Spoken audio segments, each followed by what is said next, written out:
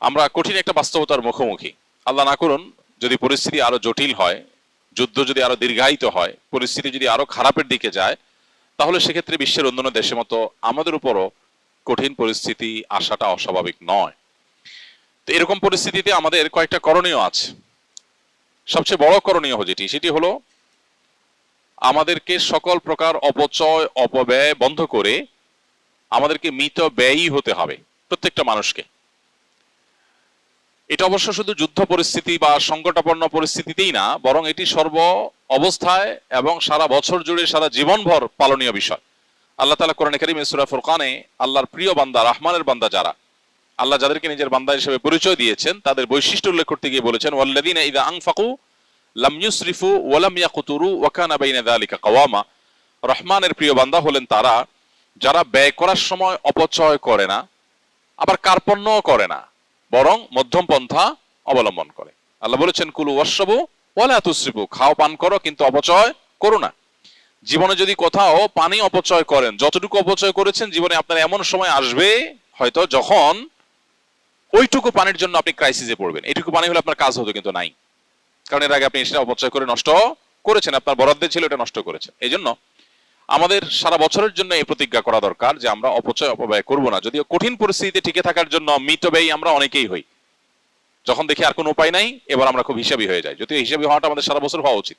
বিদ্যুতের ব্যবহার, আমার টাকা আছে, বিদ্যুৎ বিল দিচ্ছি, কোনো ব্যাপার না, ফ্যান একটা জায়গায় দুটো চললো, লাইট দুটো জায়গায় চারটা চললো, এটা আজকাল ঘরে ঘরে আমরা করছি। আর এই আধুনিক, তথাকথিত আধুনিক এবং এই আপনার বর্তমান পৃথিবীতে আমাদের ঘর বাড়িতে যে পরিমাণ পানি আমরা অপচয় করি কল্পনাও করা যায় না। অজু করতে যে পরিমাণ পানি টেপে আমরা ব্যবহার করি, এটা যে ধরে রাখা হয় একটা বালতিতে, দেখা যাবে প্রায় এক বালতি পানি চলে যাচ্ছে একজন মানুষ অজু করতে। অথচ নবী সাল্লাল্লাহু আলাইহি ওয়াসাল্লামের অজুতে এক মুদ পরিমাণ পানি লাগতো। একটা বড় গ্লাস হবে, একটা বড় গ্লাসের পরিমাণ, এক গ্লাস পানি দিয়ে তার অজু কমপ্লিট হয়ে যেত। তিনি গোসল করতে পেতেন এরকম আরেকটু বেশি পানি দিয়ে, খুব বেশি পানি তার দরকার হতো না গোসলের জন্য। এমনকি তিনি এও বলেছেন যে কেউ যদি সমুদ্রে থাকে, নদীতে থাকে, সেখানেও যদি তার অজু করার দরকার হয়, যে এখানে তো পানির অভাব নাই, সেখানেও যেন সে প্রয়োজন ছাড়া অতিরিক্ত পানি ব্যবহার না করে, কারণ আল্লাহর কাছে এর জন্য জবাবদিহিতা আছে। এখন বস্তুবাদ, ভোগবাদ, পুঁজিবাদ আমাদেরকে শিখিয়েছে যে আমার সম্পদ, আমার মালিকানা, আমি যা খুশি তা করব। এর ফলশ্রুতিতে যে ক্রাইসিস তৈরি হচ্ছে, আপনি দেখেন পৃথিবীর একদিকে মানুষ খেয়ে নষ্ট করে, অপচয় করে খানা নষ্ট করছে, আবার অপর দিকে বহু মানুষ না খেয়ে আছে, প্রপার ডিস্ট্রিবিউশন নাই, এবং এই যে দায়িত্ববোধ, এই জায়গাতে বড় ধরনের অভাব আছে, এবং চিন্তা নৈতিক একটা আদর্শিক একটা ত্রুটি আমরা গোটা বিশ্বব্যাপী দেখতে পাচ্ছি। এই পরিস্থিতিতে, বিশেষ করে সংকটাপন্ন পরিস্থিতিতে, আমাদের মিত ব্যয়ী হওয়ার কোনো বিকল্প নাই। জ্বালানি বলুন, বিদ্যুৎ বলুন, ব্যবহার্য জিনিসপত্র বলুন, খাদ্যদ্রব্য বলুন, সব ক্ষেত্রে এই জিনিসটা আমাদের করতে হবে। নাম্বার 2, খাদ্য এবং নিত্য পণ্য, অতি প্রয়োজনীয় জিনিসপত্র যেগুলো আমাদের প্রতিদিনের দরকার হয়, এগুলো গুদামজাত করার যে একটা কালচার আমাদের দেশে একটু সংকটাপন্ন পরিস্থিতি হলেই শুরু হয়, এই জায়গা থেকে আমাদেরকে দূরে থাকতে হবে, বিরত থাকতে হবে। ব্যবসায়ীরা অধিক মুনাফার জন্য জিনিস সরায় রেখে ক্রাইসিস তৈরি করে এরপরে অনেক বেশি দামে, চড়া দামে তারা বিক্রি করার এই অভিপ্রায়ে তারা এই অপকর্ম করেন। আবার যারা আমরা ভোক্তা আছি, আমার প্রয়োজনের চাইতে অনেক বিপুল পরিমাণ টাকা আছে দেখে গোটা দোকান কিনে আমি বাসায় এনে রেখে ফেললাম, আমি আমার ফ্যামিলি বাঁচলে হলেও গোটা পৃথিবী ধ্বংস হয়ে যায়, যাক। এটা হলো স্পষ্টত ভুল এবং অন্যায়। নবী সাল্লাল্লাহু আলাইহি ওয়াসাল্লাম বলেছেন, লা ইয়াহতাকিরু ইল্লা খাতি, অর্থাৎ যে ব্যক্তি এরকম গুদামজাত করে, এরকম খাদ্যজাত মজুদদারি করে, এই মজুদদারি এটা অপরাধী ছাড়া কেউ করতে পারে না, যে করে সে গুনাহগার। এজন্য এরকম মজুদদারি থেকে আমাদেরকে বিরত থাকতে হবে এবং আল্লাহর উপরে ভরসা করা শিখতে হবে। আল্লাহর উপরে ভরসা করা শিখতে হবে, তাহলে ইনশাআল্লাহ সংকটাপন্ন পরিস্থিতিতে আল্লাহ তাআলার রহমত বা অনুগ্রহ পাবো। আপনার জিনিস আপনাকে বাঁচাবে না। কয়দিন বাঁচবেন? অনেকে পেট্রোল এখন নিয়ে একত্র করছেন, জমা করছেন। আপনি পেট্রোল জমায় জমায় কতদিন জমাবেন? এরপর আর এই পেট্রোল যে আপনার নিজের বিপদের কারণ হবে না তার কোনো গ্যারান্টি আছে? আপনি একদিকে জমাচ্ছেন, অপরদিকে অনেকের অনেক আর্জেন্ট কাজ আছে, সে পেট্রোল পাচ্ছে না।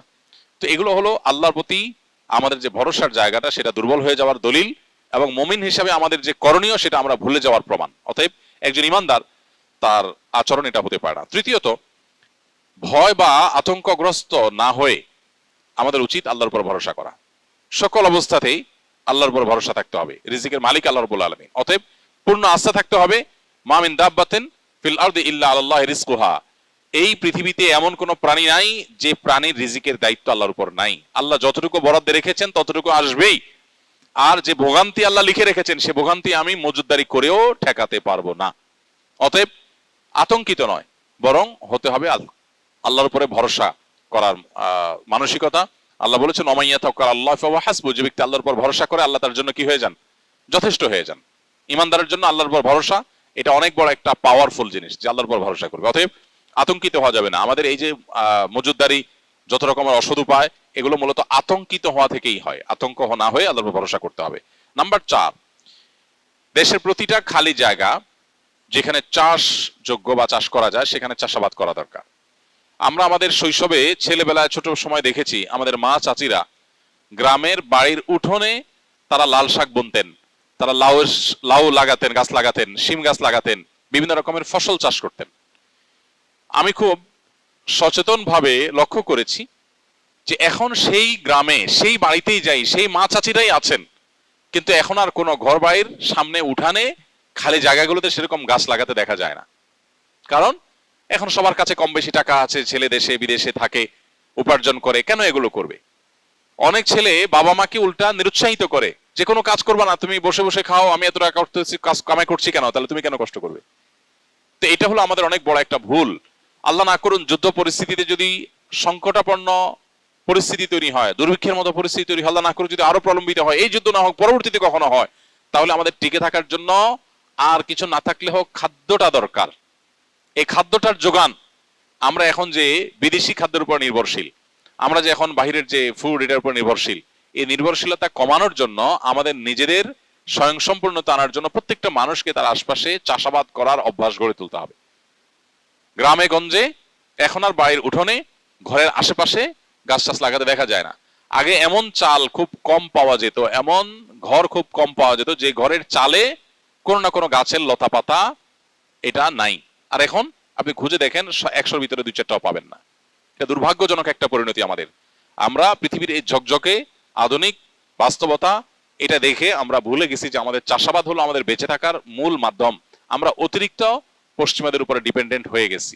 আমরা অনেকটাই আপনার আমদানি নির্ভর হয়ে গেছি।